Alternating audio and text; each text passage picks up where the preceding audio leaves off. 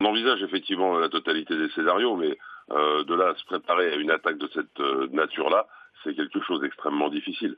La preuve, c'est que je pense que le véhicule n'a pas été choisi au hasard. C'est un véhicule lourd. Un semi-remorque. Voilà, un semi-remorque qui donne de la sécurité à partir du moment où on franchit un barrage. Pour l'arrêter, c'est beaucoup plus compliqué. Donc, on est préparé, on a l'habitude des véhicules piégés, etc. Là, c'est une première et c'est quelque chose d'extrêmement difficile. Oui, car même si le secteur était sûrement bouclé pour ces festivités du 14 juillet, un semi-remorque de cette taille peut facilement franchir un barrage de police, j'imagine. Oui, effectivement, d'ailleurs, c'est ce qui s'est passé. Le périmètre était totalement sécurisé. Il a franchi le barriérage et puis s'est lancé sur la foule sur une distance qui est inouïe, quoi. Ce que j'ai moi comme information, c'est qu'effectivement le dispositif était important puisque c'était quasiment à peu de choses près le même dispositif que celui des fan zones. Donc c'était quelque chose d'assez important. D'autant que hors Paris, vous avez les polices municipales qui viennent en renfort de la police nationale. Donc ça représente quand même un certain nombre d'effectifs. Et d'autre part, on savait pertinemment que sur la promenade des Anglais, pour le feu d'artifice, en période de vacances, il y aurait beaucoup de monde. Donc la sécurité là-dessus est quasiment inattaquable. Olivier Boin. Luc Poignant, on voit que ce sont des policiers, entre guillemets, effectivement, de terrain, des policiers de sécurité publique de Nice qui sont intervenus. Ça correspond effectivement à une évolution depuis plusieurs mois, une évolution des entraînements, parce qu'on sait que en cas d'attaque aussi fulgurante hier, évidemment, le RAID ou d'autres forces d'intervention n'ont pas le temps d'intervenir. Ce sont les policiers de terrain du quotidien qui ont dû tirer sur cet homme hier soir. Oui, effectivement, mais comme on l'avait dit au Bataclan, l'important, c'est les primo-intervenants, c'est ceux qui sont sur place.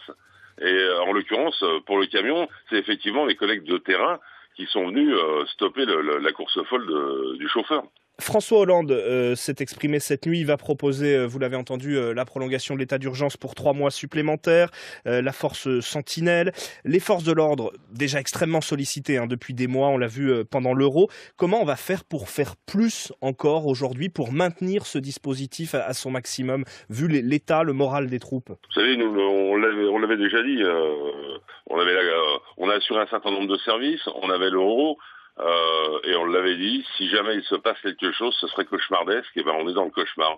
Le président de la République a dit qu'il allait faire appel à la réserve nationale.